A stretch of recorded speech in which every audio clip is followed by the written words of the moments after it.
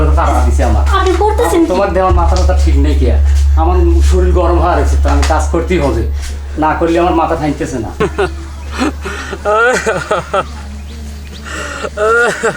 কিরে মোহাম্মদ আলী, ভাই কি কান্দোসকা কি হয়েছে? কাঁদতেছি ভাই, আমার সাওয়াল বেটার বউ বউটো সবাই নিয়ে আমার বাইর থেকে তারা দিছে ভাই, আমি এখন কোথায় যাবো ভাই? কি কষ্ট এই আমার এই জীবন, বুড়ো বয়সে এই জীবন কি আমার থাকবে এইভাবে? না তোকে এই বুড়া বয়সে কি আমি তোর সাওয়াল মিয়া বাচ্চান বাইরে দিব, আমি বুঝলাম না কিছু।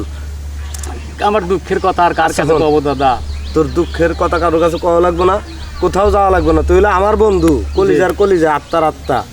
তুই রাস্তায় পড়ে থাকবি তাই কখন হয়? তুই আমার বাড়ি থাকবি। তাই কোনদিন হয় দোস্ত? আমার বাসা থেকে তোমার বাসায় যা থাকবো আমি, এটা কি ঠিক হবে? রাস্তায় থাকবি, রাস্তায় থাকবি, রাস্তায় যাই আমি মারা যাবো, আর কি করবো ভাই? পাগলের মতো কথাবার্তা করিস না। একেতে বাচ্চাকে খেদা দিছে, কোথায় যা থাকবি এই চিন্তা না করে তুই রাস্তায় থাকার চিন্তা করতে নো আমার বাচ্চা নো। দোস্ত তাহলে তুই যা কইস আমি তাই শুনবো দোস্ত। ল ওঠ, কান্দিস না।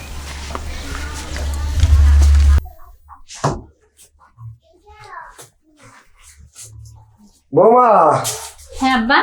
এই দেখো কারে নিয়ে আইছি, বস বস। আমার বন্ধু, ওই যে তোর কথা তোমার কাছে কইছি আর আগে, আমার সেই বন্ধু, ছোটকালের বন্ধু। ভালো আছেন চাচা? আজ থেকে এই বাড়িতে থাকবো, আর থাকার জায়গা নাই। থাকুক, সমস্যা নেই, আপনার যতদিন মন চায় ততদিন থাকেন। শুনছো কারবারটা কি হয়েছে? কি? আর পোলার বউ বাড়ি থেকে এনে হেবার বাদ করে দিচ্ছে। এই বয়সে কলেজে থাকবো, রাস্তায় দিয়ে কাটতেছে বসে থেকে। আর আমার বন্ধু যদি রাস্তায় বসে তখন কান্দে, আর লোকজন দেখলি পারে কি কইব, ও তোর না এত ভালো বন্ধু আছে, হে তো কাই দুঃখের সময় দেখলো না, এলাকে বাড়িতে দিয়ে এলাম। আপনি ভালো কাজ করছেন আব্বা। আচ্ছা আর এক কথা বৌমা, বাজার ঘাট তো তেমন কিছু নাই। আর ছোটবেলার দোস্ত আইলো বাড়িপুর, আমার তো প্রথম উদাবার দেওয়া যাবো না, আমি কিছু বাজার ঘাট করে নিয়ে আসি, তুই পাকশাক করে খাওয়া না।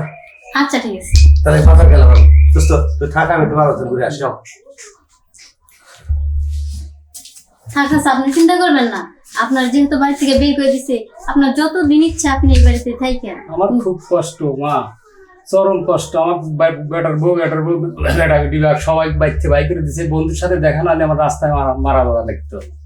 যা কাল্লা যা করে ভালো জন্যই করে, যেহেতু আসছেন আপনার যতদিন ইচ্ছা আপনি আমাদের বাড়িতে থাকেন। আচ্ছা আচ্ছা আচ্ছা ঠিক আছে চাচা, আপনি বসেন, আপনার জন্য রান্না বান্নার ব্যবস্থা করি। আচ্ছা যাও তুমি।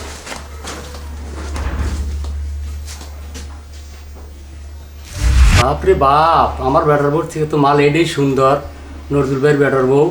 এই মাল আমার আজকেই খাইতে হবে, না খাইলে আমার মাথা ঠিক হচ্ছে না। আমি এখনই দড়ি দেখে আসি কোথায় আছে, ধরে নিয়ে আসবো, ধরে নাহলে জোর করেই করবো। নজরুল ভাই আসার আগেই আমি বৌমাকে লিখারে খাটে নিয়ে এসে কাজটা করবো, কাঁচলটা ধরে টাইনে নিয়ে আসি, যাই দেখি কীরকম করে ধরে নিয়ে আসি। চাচা আপনি কি করতেছেন? এই জন্য আমার বেটার বউকে করছি দিয়ে দেখে মাথা নষ্ট করে বেটার তারা দিছে আমার। আপনি করতেছেন কি? তোমার দেওয়ার মাথাটা ঠিক নেই কি, আমার শরীর গরম হয়ে রয়েছে, তো আমি কাজ করতেই হবে, না করলে আমার মাথা ঠাইতেছে না। চাচা আমি আপনার মেয়ের মতো। না না না, আমার বাইরে থেকে তারা দিছে এই কাজের জন্য। না চাচা আমি চাপ কাজ দেন, করি, আমরা শোনো, ছেড়ে দেন। আমার বেটার বউ থেকে তুমি সুন্দর, তোমার দেখে ভালো লাগতেছে খুব। আমি কাজ ছেড়ে দেন, করতেছেন।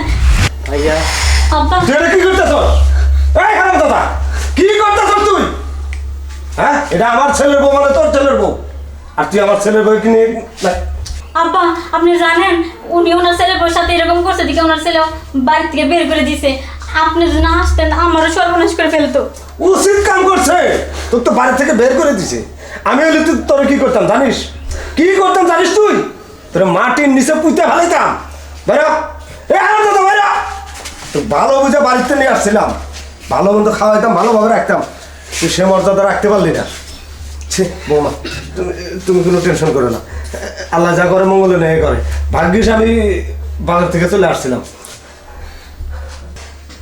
বৌমা বসো।